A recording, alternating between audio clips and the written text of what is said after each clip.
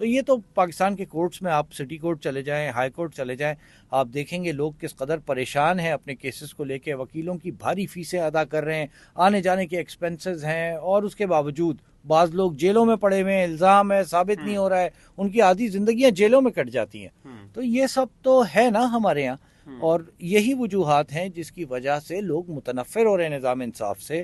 اب تو آپ سوشل میڈیا دیکھیں تو لوگ تو ریاست سے متنفر ہو رہے ہیں، جو کہ نہیں ہونا چاہیے، لیکن ہے ایسا، اور اس کی وجہ یہ سسٹم ہے۔ اور دوسری جانب آپ کو یہ بھی دیکھنا پڑے گا کہ پولیس کا کیا کردار ہے۔ جس روز خواجہ شمس الاسلام پر مسجد کے اندر فائرنگ کی، اس روز جمعہ تھا، اور جمعے کی نماز کے فوراً بعد یہ فائرنگ کی گئی۔ اب اس میں دو ایسپیکٹس بڑے امپورٹنٹ ہیں، ایک سوشل مطلب ایک سوسائٹی کا رول ہے، اور ایک پھر پولیس کا رول ہے۔ پولیس کی جانب سے جمعے والے دن ہائی الرٹ ہوتا ہے کراچی میں۔ جو کراچی پولیس چیف ہیں ان کے آفس سے ایک میسج کراچی کے کم و بیش تمام میڈیا ہاؤسز کو اور رپورٹرز کو بھیجا جاتا ہے کہ وہ اس کو اسکرین پہ ذرا چلا دیں کہ کراچی میں ہائی الرٹ ہے، اور جو ایس ڈی پی اوز ہیں اور ایس ایچ اوز ہیں وہ خود سیکیورٹی کی نگرانی کے لیے سڑکوں پر ہوں گے، مساجد پر، امام بارگاہوں پر، مدارس پر کوئی تقریبی کارروائی نہ ہو، اس کے لیے اضافی سیکیورٹی لگائی جا رہی ہوتی ہے۔ لیکن آپ نے دیکھا کہ ریڈ زون میں واقع جو حساس ترین علاقہ ہے، ڈیفنس کا علاقہ ہے، یہ ریڈ زون ہے، یہاں ایکسٹرا آرڈینری سیکیورٹی ہونی چاہیے یا ہوتی ہے۔ یہاں پر ایک آدمی داخل ہوا مسجد میں، اس نے ایک معروف لائر کے اوپر فائرنگ کی۔ اب جو میں کہہ رہا ہوں کہ سوسائٹی کا رول بھی دیکھنا ہے، کتنے لوگ تھے اس جمعے کی نماز میں، پکڑ سکتے تھے، کتنے لوگ موجود تھے باہر مسجد کی؟ اگر اپنی سیکیورٹی نہیں تھی تو پھر پولیس والے کہاں تھے؟ وہ ہائی الرٹ کا جو نوٹیفیکیشن جو میسج ہمیں بھیجا جاتا ہے وہ کدھر چلا جاتا ہے؟ وہ پولیس سے پوچھنا چاہیے۔ یہ تمام چیزیں ہم دیکھیں تو ہمیں پتہ چلتا ہے کہ پاکستان میں پولیس بھی اپنا کردار ادا نہیں کرتی صحیح سے، فرائض میں غفلت، کوتاہیاں کھل کے سامنے آ جاتی ہیں، اور سوشلی بھی ہم اتنا سہم گئے ہیں، اتنا ڈر گیا ہے یہ معاشرہ کہ اگر کسی شخص کے ہاتھ میں ہتھیار ہو اور وہ پھر کوئی غیر قانونی کام کر رہا ہو تو اس کو روکنے کے بجائے ہم سہم کے صرف اس منظر کو دیکھتے ہیں اور چپ ہو کر بیٹھ جاتے ہیں۔ یہی نتیجہ نکلا ہے اس پورے کیس میں بھی۔ یقیناً اس میں کہیں نہ کہیں پولیس کی غفلت، جس طرح آپ نے ذکر کیا، اگر اس واقعے کو دیکھا جائے تو کراچی میں پھر ڈکیتیاں کرنا تو بہت ہی آسان ہوتا ہوگا۔ جب ایک قتل کا ملزم اتنی آسانی سے قتل کر کے فرار ہو گیا، کوئی شخص ڈکیتی کر کے تو بہت جلدی جو ہے وہ کراچی چھوڑ کے بھی جا سکتا ہے، اور وہ ایک ایسے علاقے جو ریڈ زون کہلاتا ہے وہاں سے بھی باہر نکل سکتا ہے، اور اس کو کوئی پوچھے گا بھی نہیں کہ اس کے پاس ویپن کہاں سے آیا ہے، ویپن لے کے وہ انٹر ہو رہا ہے، وہ باہر جا رہا ہے، کسی کو پتہ تک نہیں چلے گا۔ صرف کراچی میں کوئی واردات کر کے یہاں سے بھاگنا آسان نہیں ہے، بلکہ اکثر وارداتی ہے ملک بھر میں وارداتیں کر کے اس شہر میں آ جاتے ہیں۔ اس شہر میں روپوش ہونا بھی بڑا آسان ہے۔ اس شہر میں پولیس کا انٹیلیجنس سسٹم، پولیس میں نا ایک مخبروں کا نظام ہوا کرتا ہے، مخبر ہوتے ہیں، یہ علاقے میں ہونے والی غیر معمولی سرگرمیاں، کون نیا آیا، کون چھپا ہوا ہے، یہ سونگتے پھرتے ہیں اور پھر یہ پولیس کو بتاتے ہیں۔ یہ نظام ڈیڈ ہو گیا۔ جب تک یہ نظام ایکٹیو تھا شہر میں پھر بھی کچھ نہ کچھ چیزیں قابو آ جاتی تھیں۔ یہ مخبروں کا جو سسٹم ہے پولیس کا جب سے فیل ہونا شروع ہوا ہے تب سے اس قسم کے واقعات ہو رہے ہیں۔ کراچی بیسیکلی تو غریب کی ماں ہے، یہاں دنیا بھر سے لوگ آتے ہیں، ملک بھر سے لوگ آتے ہیں، اپنا روزگار کرتے ہیں، لیکن اس کے ساتھ کرمنلز بھی آتے ہیں، اور یہاں پہ کوئی واردات کر دے تو پھر اس کے لیے یہ آسان ہے کہ وہ کہیں جا کے چھپ جائے۔ اب ہوتا یہ کہ کئی کمیونٹیز ایسی ہیں جن کے لوگ جو ہیں وہ دوسرے صوبوں سے آئے ہیں، یہاں اپنا کام کر رہے ہیں، لیکن اگر وہ کسی کرمنل ایکٹیویٹی میں انوالو ہو جائیں تو وہ پھر اپنے آبائی علاقوں میں چلے جاتے ہیں، صوبہ چینج ہو جاتا ہے۔ پاکستان میں سسٹم اتنا خراب ہے کہ آپ نے کسی دوسرے صوبے میں ریڈ کرنی ہے، آپ کے پاس انفارمیشن بھی ہے، آپ کے پاس پوائنٹیشن بھی ہے، آپ کو پتہ ہے ملزم کس جگہ پہ موجود ہے، آپ ڈائریکٹ ریڈ نہیں کر پا رہے ہوتے ہیں۔ آپ کا ہوم ڈپارٹمنٹ سندھ کا دوسرے ہوم ڈپارٹمنٹ کو لکھتا ہے صوبے کے، وہ وہاں سے آئی جی کو بولتا ہے، وہاں کا آئی جی رپلائی کرتا ہے، یہاں کا آئی جی اپروول دیتا ہے، اس کے بعد یہاں سے ٹیم نکلتی ہے جب تک ملزم بھاگ جاتا ہے۔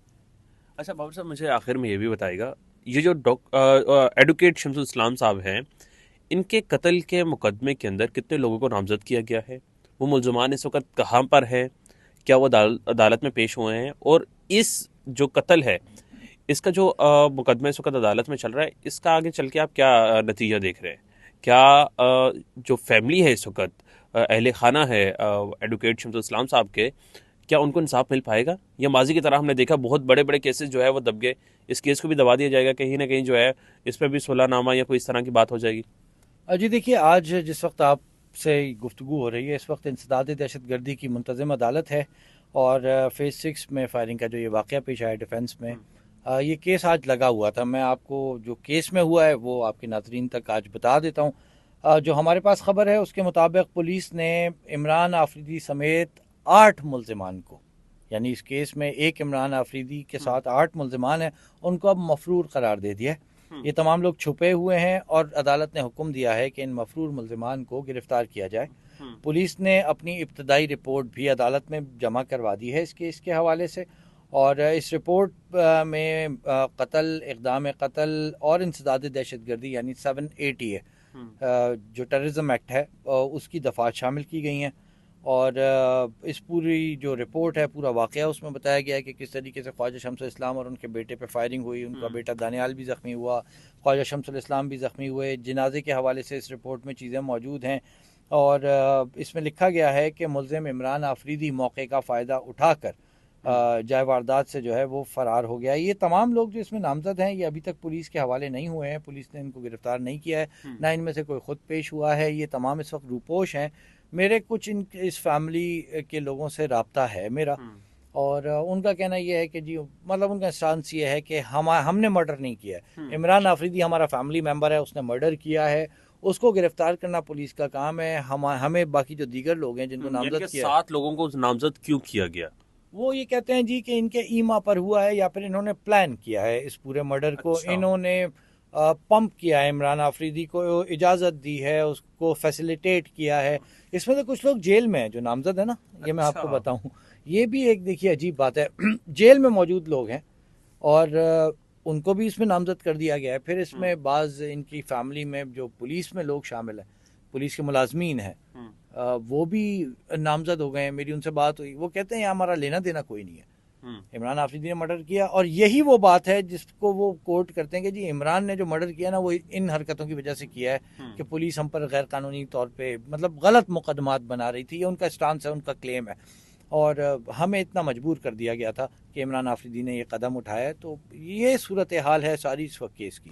اور صاحب آپ نے ذکر کیا کہ ان میں سے کچھ لوگ اس وقت جیل میں ہیں، آپ انویسٹیگیشن رپورٹر ہیں، میں یہ ضرور جاننا چاہوں گا کیا اس فیملی کا بیک گراؤنڈ کسی کرمنل ایکٹیویٹی سے جو ہے وہ جڑتا ہے؟ کہ ان کا کوئی بیک پہ کوئی کرمنل ریکارڈ بھی موجود ہے جس کی وجہ سے وہ لوگ جیل میں ہیں؟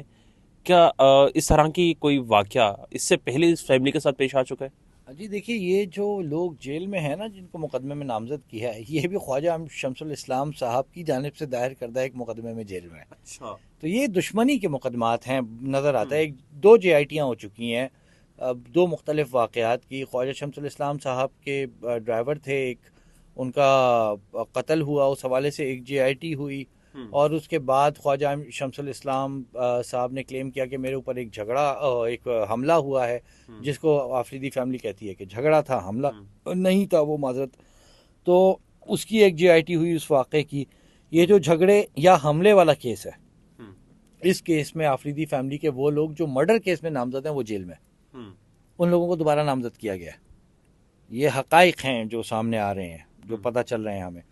اور اس JIT میں بھی یہ لکھا گیا تھا جو جھگڑے یا حملے والی تھی جی کہ یہ پرسنل اینمٹی ہے، اس میں بھتے کی بھی دفعہ ہے، انسداد دہشت گردی کی بھی دفعہ ہے جو خواجہ شمس الاسلام نے اس فیملی کے لوگوں کے خلاف مقدمہ درج کرایا تھا۔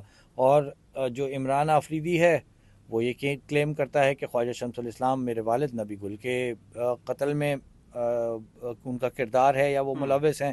تو یہ فیملی کی 2 خاندانوں کا جھگڑا ہے۔ 2 دوست تھے، نبی گل آفریدی اور خواجہ شمس الاسلام، جو بعد میں دشمن ہو گئے۔ اور اب آپ دیکھیے کہ اگر انصاف وقت پر ہو جائے، عدالتوں سے فیصلے وقت پر ہو جائیں، تو اتنا طول نہ پکڑے کہ 2 لوگوں کا جھگڑا 2 خاندانوں اور اب 2 نسلوں تک پہنچ گیا۔ بہت شکریہ بابر سلیم صاحب میرے ساتھ۔ بابر سلیم صاحب موجود تھے جو ایڈوکیٹ شمس الاسلام کے قتل کے حوالے سے بات کر رہے تھے۔ انہوں نے شاہد افریدی صاحب کے کردار کے بارے میں بات کی۔ انہوں نے بتایا کہ کس طرح شاہد افریدی نے دونوں فیملیز کو جوڑنے کی کوشش کی، ان کے درمیان صلح کروانے کی کوشش کی ماضی میں، اور جس کے بعد جو ہے شمس الاسلام صاحب کا قتل ہوا۔ اس وقت افریدی فیملی جو ہے اس کے 8 افراد اس مقدمے میں نامزد ہے جو تاحال مفرور ہے، جن کی جانب سے ابھی تک جو ہے وہ کورٹ میں پیش نہیں ہوئے۔ دیکھتے ہیں اس کا نتیجہ آگے چل کے کیا نکلتا ہے۔ اسی اسٹوری کے اپنے میزبان عاطف شریف کو دیجیے گا اجازت، ملتے ہیں کسی نئی اسٹوری میں، تب تک کے لیے اللہ نگہبان۔